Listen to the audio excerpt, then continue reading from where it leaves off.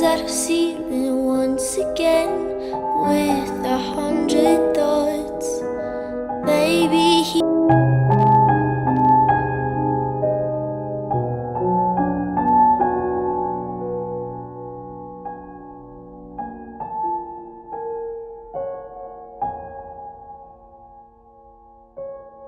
voice, she swarmed with butterflies. It's impossible to get you off my mind. I think about it. Zakiko ko ari umubyeyi mwiza udukunda wubaha abantu kuki baguhemukiye bigeze ahangaha koko mama isi mama ubuzima nzabamo gute ndi njyenyine udahari isi mama urabizi ko papa yaradusize nawe sigaye. He always walks the crowded halls and is blinded by this light. A girl who keeps her head down low and never shows her eyes. He's tried to talk to her, but there's no easy way. 'Cause every time twenyine mama unsigiye agahinda gakomeye cyane. Umuntu waguhemukiye Imana izabimubaze kuko njye ntacyo mfite nakora. thoughts and you are 99. I've understood that you will never be mine, and that's fine. I'm just breaking inside one day. ko nakubuze kuri phone mwana navuye job ndagwiga ndakubura nayikuye mama nese kuri hano aje kwiga kisomana none se fresh bari kurira kuza wazanye n'urufunguzo ntabwo bize ndakubura ntabwo uhamagare bareba message agera bifite message na phone nagoswe none se neze ufite ibibazo kwa jana mwana na boromani ngiyo maje numva ntuje meze fresh ndi gutekereza neza utuje ako se ubundi ntabwo wari utuje ko nta kibazo ufite. nta kibazo mfite. Nese ufite ikihe kibazo? Ufite amafaranga, ufite akazi karyoshye, family nzima, ufite ikihe kibazo mwana cyatumuza kwicarana mwanga? None ushobora kubona kavuga ati nta kibazo mfite meze neza ariko happy kabisa nyuma numva umutwe ndimiriwe bya danger man. Nuruka na kuri telefone nimba numva ari fresh man ndaza nkimvira umuziki irebera imisozi ko nano haratuje bro haratuje ko nta kintu nako no kuhaza si ikibazo ahubwo ikibazo nuko nyine ugenda nta muntu ahantu ugiye ugakora telefone ibyo ntabwo babirikiye abantu turakubura no ibaza igihe naziye ari byose nese unisanga y'amari kuri telefone yawe unisanga masa yagiye navuye kazi.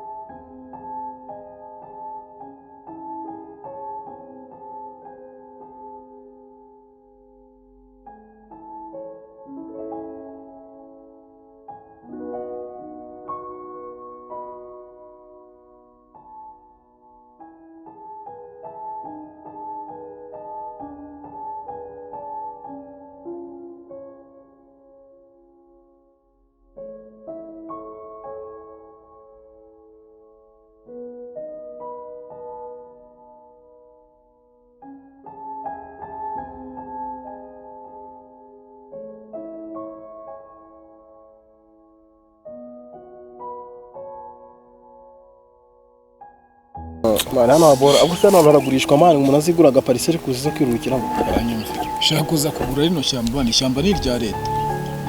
bajya kugura na leta so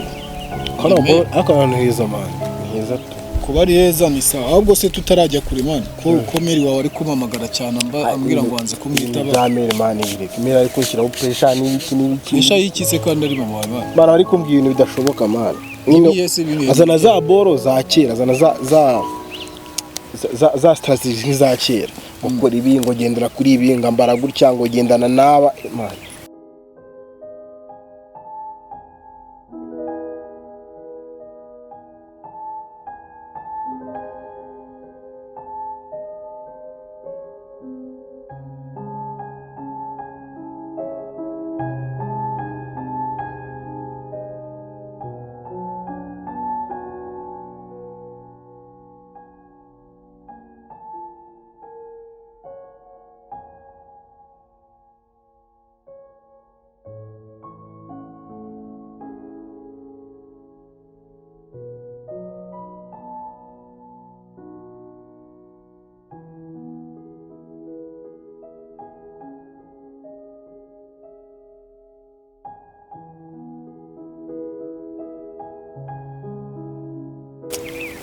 kubuza abandi se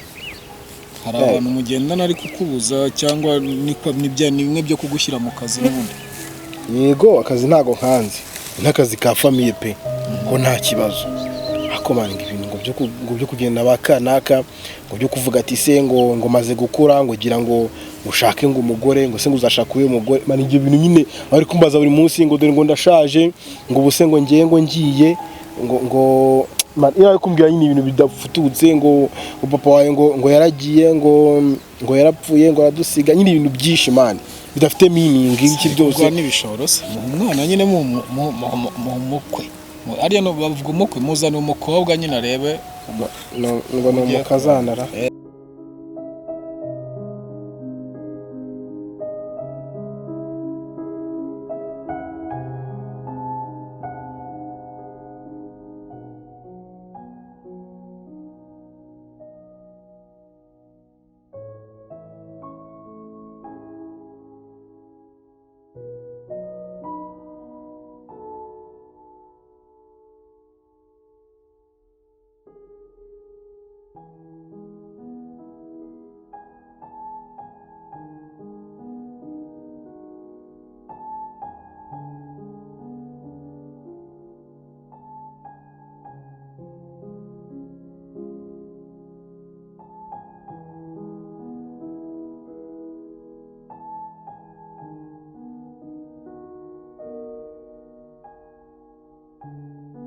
mu kazana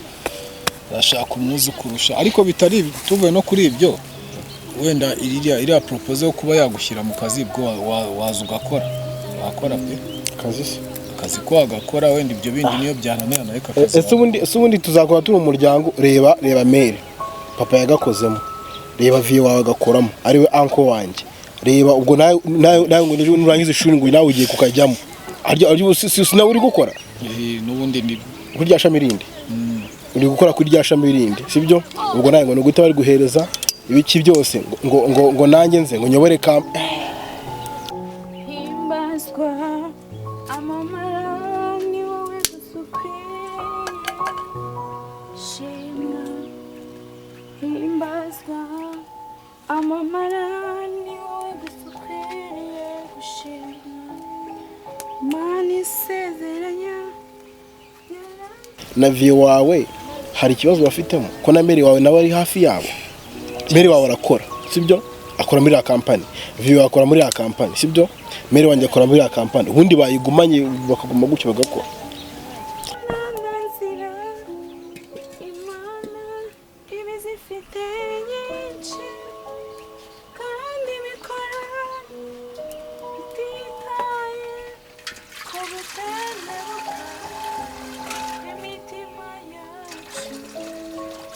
kumana zedo ikintu cyo kuvomeramo kizima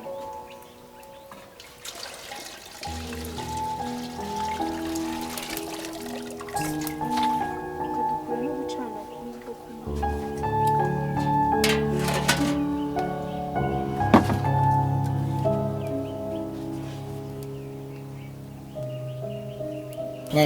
nubwo wenda ari business y'umuryango ariko nyine hakenemo imbaraga zawe wenda ariyo mpamvu yaba ari kuguhamagara nyine nk'umujene n'ibintu wize bigendanye na business iri gukorwa hariya nese baratsenisha injyange business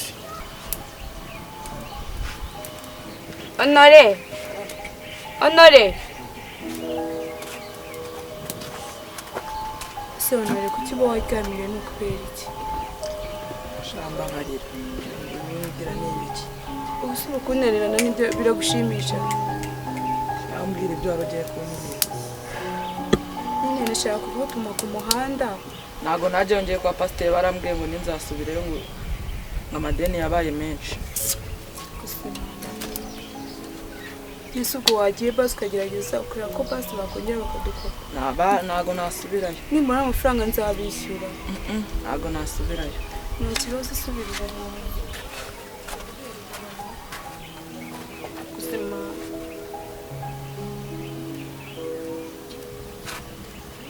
igihe cyose nzayinkomeza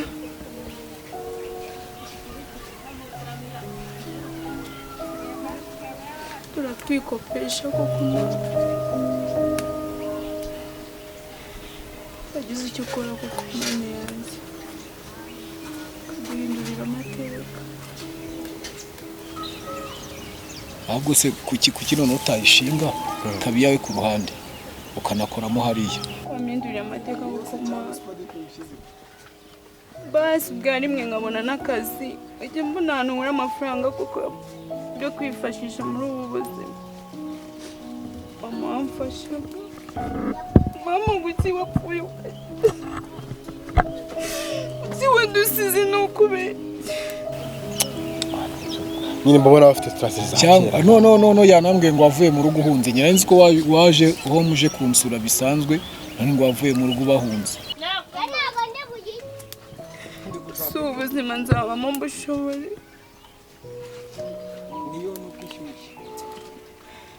biragoye pe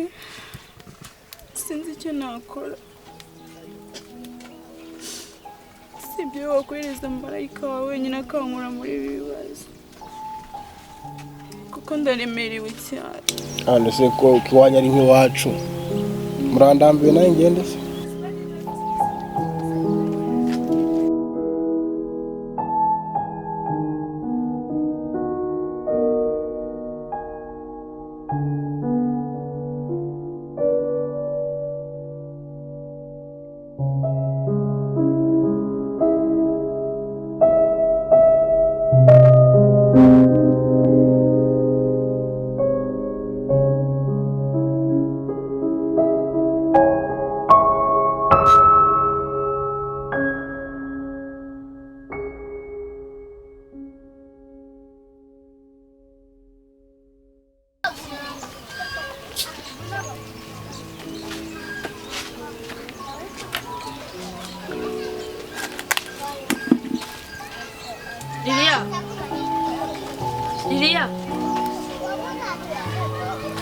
Liliya utekereza cyane byagenze gute? ese uraha Se uri gutekereza iki ko mbona n'umuriro wakuzimanye byagenze ute? Nese meze tashu shandahanye mbona Bino si ibyo bintu byo guhunga byo ni ibiki byaje gute? ntago nahunze mana mfite imyaka yo kwikontororega yo kujya aho nshaka yo kubaho uko nshaka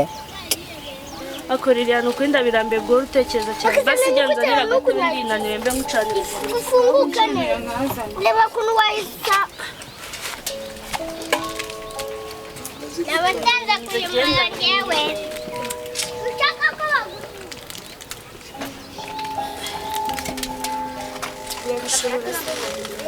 biragoranye mwe nacanye ese ko tuba twarabimenyereye kaka wakina guhaya Sa dutaye bwanije tuvana ahantu kabisa dore igicu kirere ndabona kiri no guhinduka imvura idadusanga hano. bose bahuha ntabwo uzabura umwuka ariko nawe baragoye twarabimenyereye njye se kugira ngo iyo miteto genda cyahise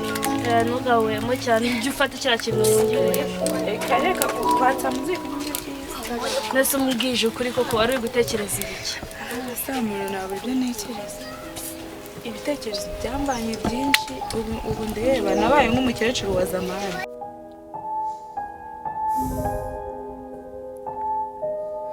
se mama Liliane yishwe nande yamujije iki asazamenyekana